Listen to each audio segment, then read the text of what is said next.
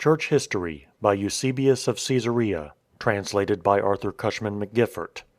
Book 8, Part 3, Chapters 14 through 17. Chapter 14. The Character of the Enemies of Religion. Maxentius his son, who obtained the government at Rome, at first feigned our faith, in complaisance and flattery toward the Roman people. On this account he commanded his subjects to cease persecuting the Christians, pretending to religion that he might appear merciful and mild beyond his predecessors. But he did not prove in his deeds to be such a person as was hoped, but ran into all wickedness and abstained from no impurity or licentiousness, committing adulteries and indulging in all kinds of corruption. For having separated wives from their lawful consorts, he abused them and sent them back most dishonorably to their husbands.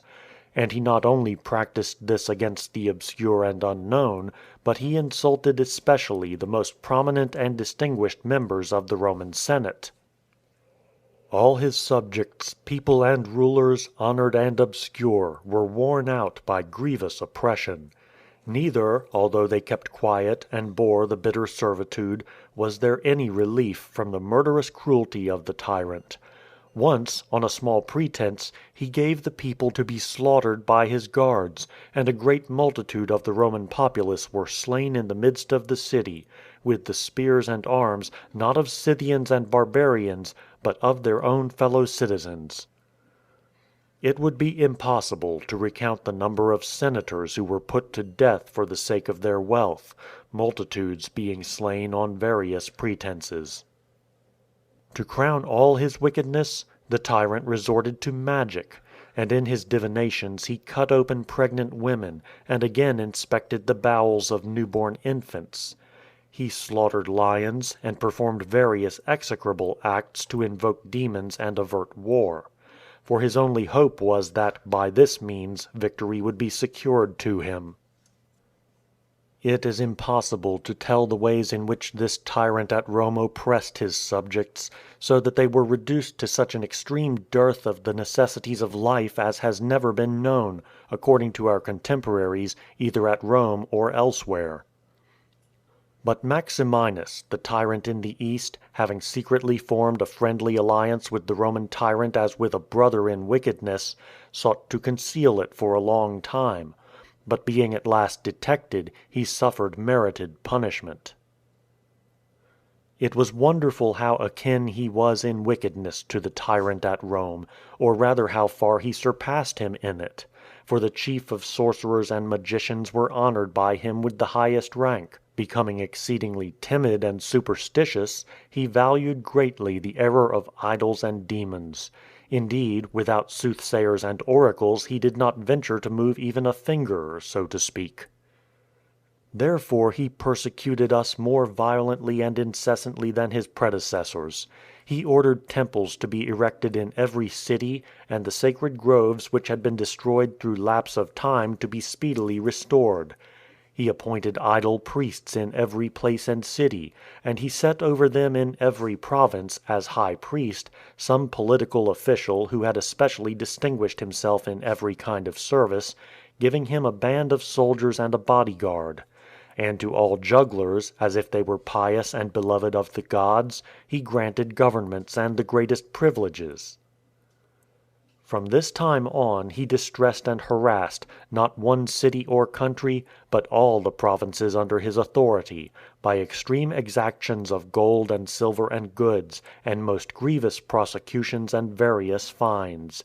He took away from the wealthy the property which they had inherited from their ancestors, and bestowed vast riches and large sums of money on the flatterers about him. And he went to such an excess of folly and drunkenness that his mind was deranged and crazed in his carousals, and he gave commands when intoxicated of which he repented afterward when sober. He suffered no one to surpass him in debauchery and profligacy, but made himself an instructor in wickedness to those about him, both rulers and subjects. He urged on the army to live wantonly in every kind of revelry and intemperance, and encouraged the governors and generals to abuse their subjects with rapacity and covetousness, almost as if they were rulers with him. Why need we relate the licentious, shameless deeds of the man, or enumerate the multitude with whom he committed adultery? For he could not pass through a city without continually corrupting women and ravishing virgins. And in this he succeeded with all except the Christians, for as they despised death, they cared nothing for his power. For the men endured fire and sword and crucifixion and wild beasts and the depths of the sea, and cutting off of limbs, and burnings, and pricking and digging out of eyes, and mutilations of the entire body, and besides these, hunger and mines and bonds. In all they showed patience in behalf of religion rather than transfer to idols the reverence due to God. And the women were not less manly than the men in behalf of the teaching of the divine word, as they endured conflicts with the men, and bore away equal prizes of virtue.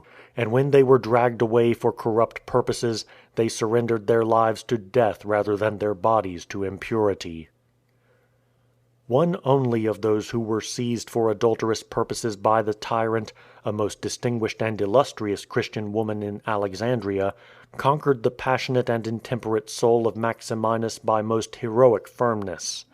Honorable on account of wealth and family and education, she esteemed all of these inferior to chastity. He urged her many times, but although she was ready to die, he could not put her to death, for his desire was stronger than his anger. He therefore punished her with exile, and took away all her property. Many others, unable even to listen to the threats of violation from the heathen rulers, endured every form of tortures, and rackings and deadly punishment. These indeed should be admired. But far the most admirable was that woman at Rome, who was truly the most noble and modest of all, whom the tyrant Maxentius, fully resembling Maximinus in his actions, endeavored to abuse. For when she learned that those who served the tyrant in such matters were at the house, she also was a Christian, and that her husband, although a prefect of Rome, would suffer them to take and lead her away, having requested a little time for adorning her body, she entered her chamber, and being alone, stabbed herself with a sword. Dying immediately, she left her corpse to those who had come for her.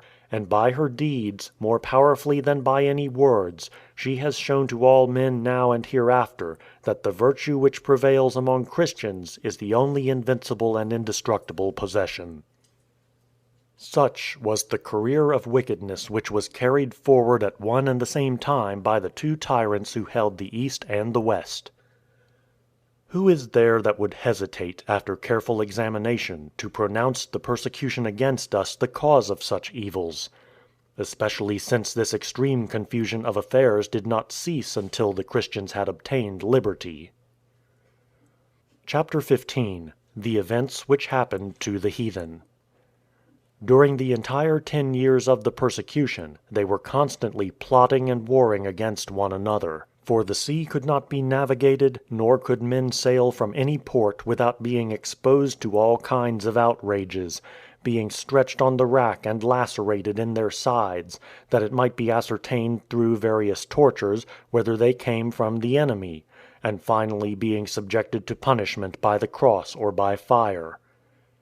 And besides these things shields and breastplates were preparing, and darts and spears and other warlike accoutrements were making ready, and galleys and naval armor were collecting in every place. And